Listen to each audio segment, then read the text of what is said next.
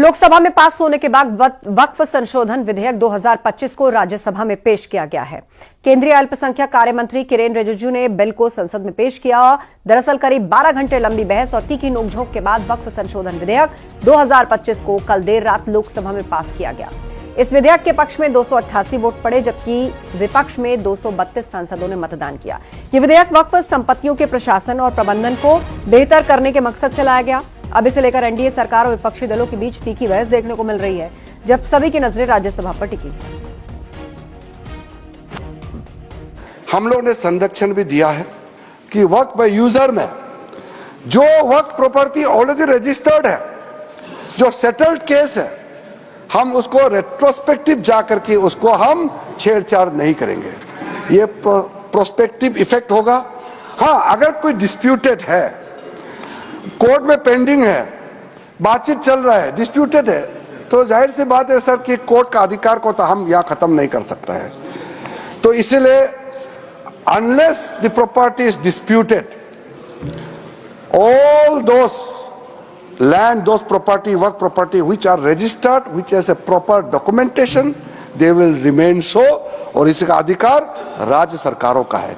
Land is a state subject, तो भारत सरकार, केंद्र सरकार तो कुछ कर नहीं सकता है, वो राज्य सरकार को ही अथॉरिटी दिया है। वक्फ संशोधन बिल पर राज्यसभा में चर्चा जारी है और इस बिल पर चर्चा से पहले राज्यसभा में उस वक्त हंगामा हुआ जब मल्लिकार्जुन खड़गे ने लोकसभा में अनुराग ठाकुर के बयान को उठाया। खड़गे ने कहा, मुझ पर लगे सभी आरोप गलत, मुझ पर लगे आरोप अनुराग ठाकुर साबित करें।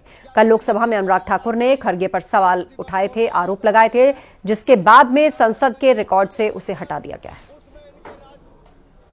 Yesterday, completely false and baseless charges were hurled at me in the Lok Sabha by Shri Anurag Thakur. When he was challenged by my colleagues, he was compelled to withdraw his defamatory remarks. But the damage has been done. All medias have carried. Social medias are also spreading it. His statements damaging my image and reputation had already been picked up the social and other medias. If Sri Thakur cannot prove his allegation, he has no right be in parliament. He should resign. I seek, and if it is proved, I will resign. इससे पहले लोकसभा में चीन के मुद्दे पर राहुल गांधी ने सरकार पर हमला बोला। राहुल ने कहा कि चीन की कब्जाई जमीन वापस मिलनी चाहिए। राहुल ने सवाल पूछा कि भारत की जमीन पर चीन का कब्जा क्यों है। राहुल गांधी के सवाल का अनुराग ठाकुर ने जवाब दिया और कहा, कुछ लोग चीन के साथ मिलकर झूठे आरोप लगा रहे हैं, कोई भी 1 इंच जमीन नहीं हथिया पाया। Speaker sir, it's a known fact that China is sitting on 4,000 square kilometers of our territory. I was shocked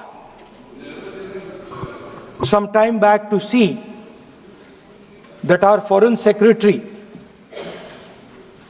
was cutting a cake with the Chinese ambassador.